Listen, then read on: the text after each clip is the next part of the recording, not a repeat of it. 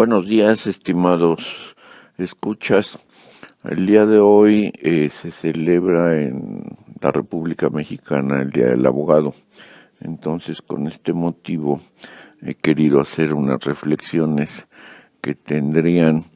como sentido pensar,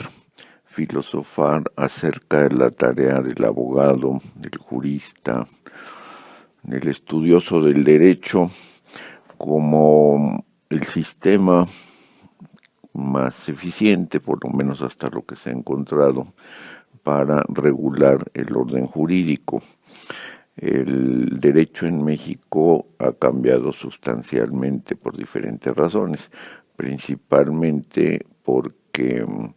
las primeras normas jurídicas que se dieron y fueron aplicables quizás fueron las de la Constitución de 1857, donde después de una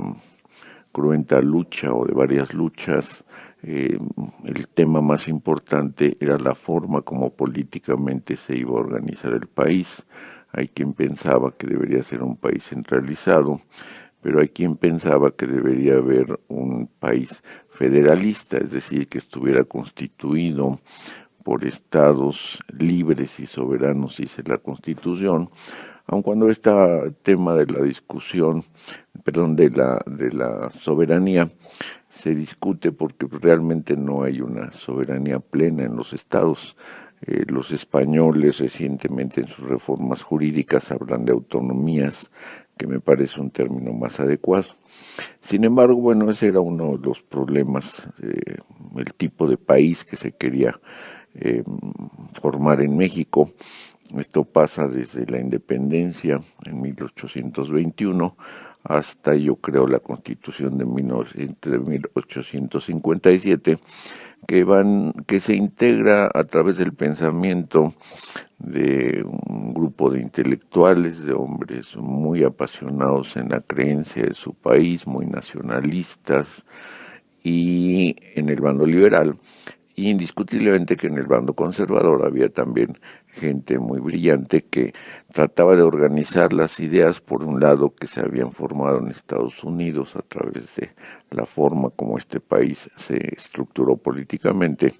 y por el otro lado, el pensamiento que se había heredado o que se había formado a raíz de la Revolución Francesa.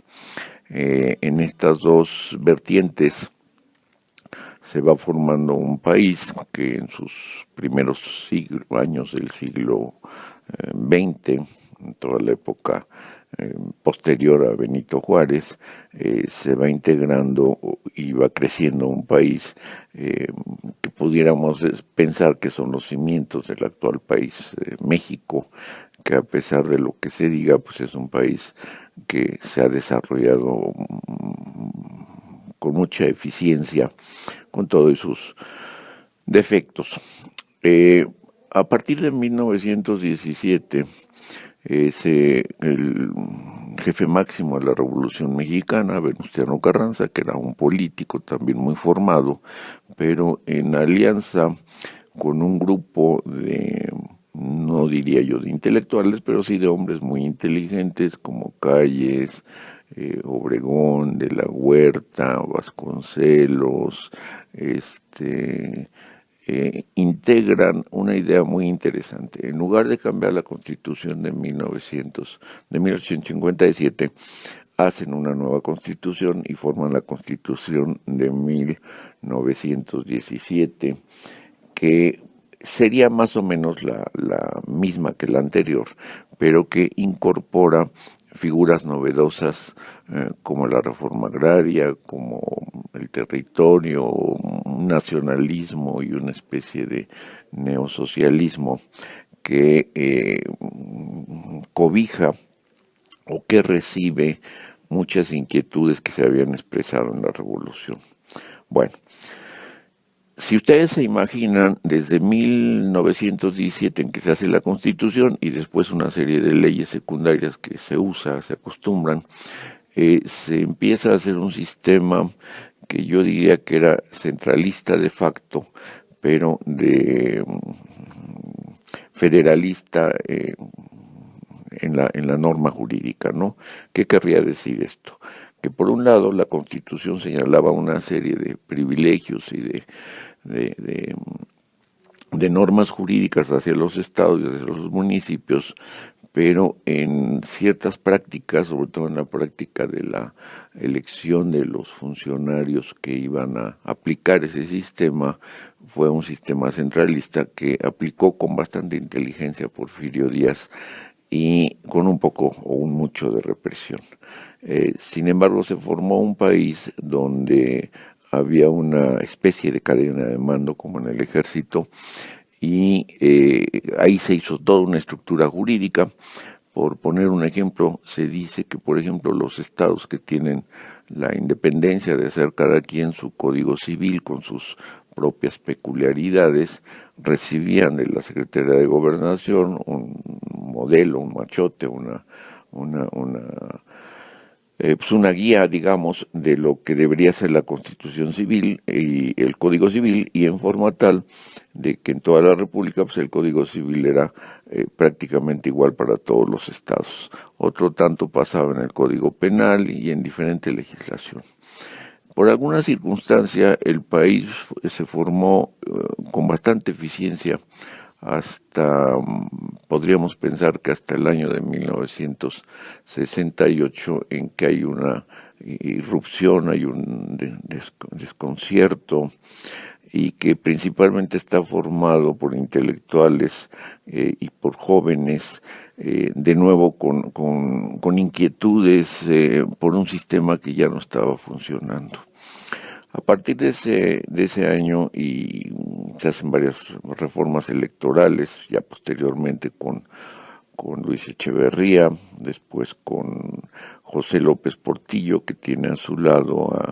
a Jesús Reyes Heroles, un intelectual muy destacado, y prácticamente cada sexenio hace reformas electorales que era como que la aspiración o la ilusión del país para que las cosas se fueran transformando, o sea, que hubiera más independencia en la elección de los gobernantes. Pero el sistema jurídico, que los abogados llamamos sustantivo y adjetivo, seguía estando obsoleto, de acuerdo a las reformas y a la forma como el país se iba formando. Se fueron acabando las haciendas, el país dejó de ser un país agrícola, las relaciones entre los obreros y los patronos fue cambiando, porque también el mundo iba cambiando. Quizá lo que menos han cambiado son ciertas prácticas políticas, jurídicas, que se venían arrastrando, pues incluso desde la época de la colonia. Por ejemplo, todavía hasta hace pocos años los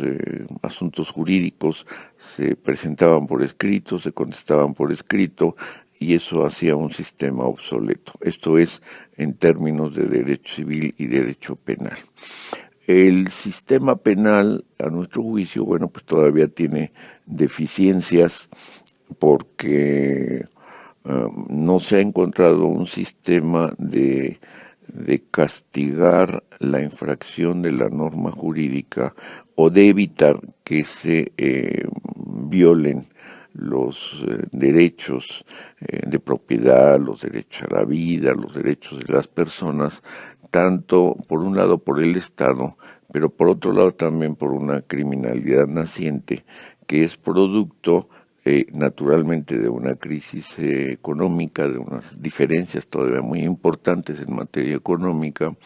y simultáneamente de una ruptura de una moral que venía sosteniendo principalmente el catolicismo, y que ya habíamos platicado que a partir de 1857 pues hay una ruptura con la Iglesia, pero esa ruptura implicó también una pérdida de un esquema moral, de una ética, de una forma de vivir que venía pues formándose desde la época de la colonia. Y esto también crea crisis en el sistema jurídico. Entonces el sistema jurídico, ha habido recientemente una serie de pensadores Casualmente, por ejemplo, María del Carmen Platas Pacheco, en su libro Filosofía del Derecho, Prudencia, Arte del Juzgador, que edita Editorial Porrúa, señala varias cosas que yo quiero compartir con ustedes. Primero, un pensamiento de Cicerón. Cicerón dice que los magistrados son necesarios. Sin su prudencia y su celo no puede existir la sociedad, y en la determinación de sus facultades descansa todo el organismo de la República. Por su parte, la misma autora María del Carmen Platas Pacheco, una filósofa muy destacada, maestra de la generación que me tocó vivir en la Escuela Judicial del Estado de México, dice que llega ya el momento de aclarar en qué sentido es posible comprender a la prudencia como arte del juzgador. Y dice que si acaso Platón logró acercarse a una noción de ronesis, una palabra griega, como sabiduría práctica ordenada a la dirección de la vida moral y política, fue su brillante discípulo Aristóteles quien precisó esta virtud como propia del ámbito práctico y moral a un tiempo e indispensable en la labor de cogobierno que supone impartir la justicia. Asimismo, la autora, en su capítulo cuarto, que prácticamente es el último y que se lo titula Prudencia, Arte del Juzgador, nos recuerda a Emmanuel Kant, uno de los filósofos más destacados del contemporáneos, digamos, de los últimos 2 siglos, y nos recuerda que este autor decía que el tribunal interior de nuestra conciencia se asemeja en mucho a un tribunal de justicia ordinaria, que dentro de nosotros nos encontramos con un fiscal que no podría ser tal de no existir una ley, que la ley no pertenece al Código Civil ni tampoco es positiva, sino que subyace en la razón, lo cual nos impide discutir acerca de la autenticidad o de la inexactitud. Dice Kant que la ley moral representa para el hombre un fundamento legal santo e inviolable. De otro lado, también hallamos en el hombre a un abogado defensor que no es otro sino que el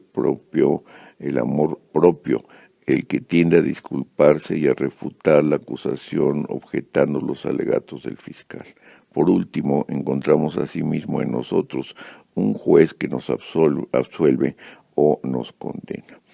El último modo de intentar, dice Kant, acallar a este juez es que el hombre no haga un examen de conciencia. Pero al hacerlo, este juez dictaminará de un modo enteramente imparcial y su sentencia caerá del lado de la verdad, a no ser que opere con falsos principios de moralidad. Habitualmente, dice Manuel Kant, los hombres prestan más atención al defensor o bien la voz del fiscal se deja oír mejor en el hecho de la muerte. A la buena conciencia le conviene la pureza de la ley, dado que el fiscal ha de seguir atentamente todas nuestras acciones, al enjuiciar la observancia del juicio conforme a la ley.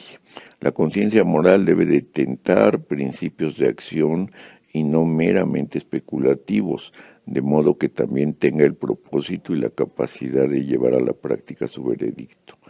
¿Qué juez se contendría con una mera amonestación o con pronunciar sin más el dictamen judicial? La sentencia ha de ser ejecutada.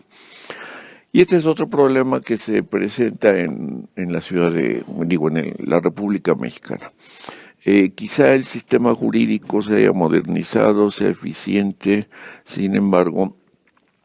en la práctica, en materia penal, el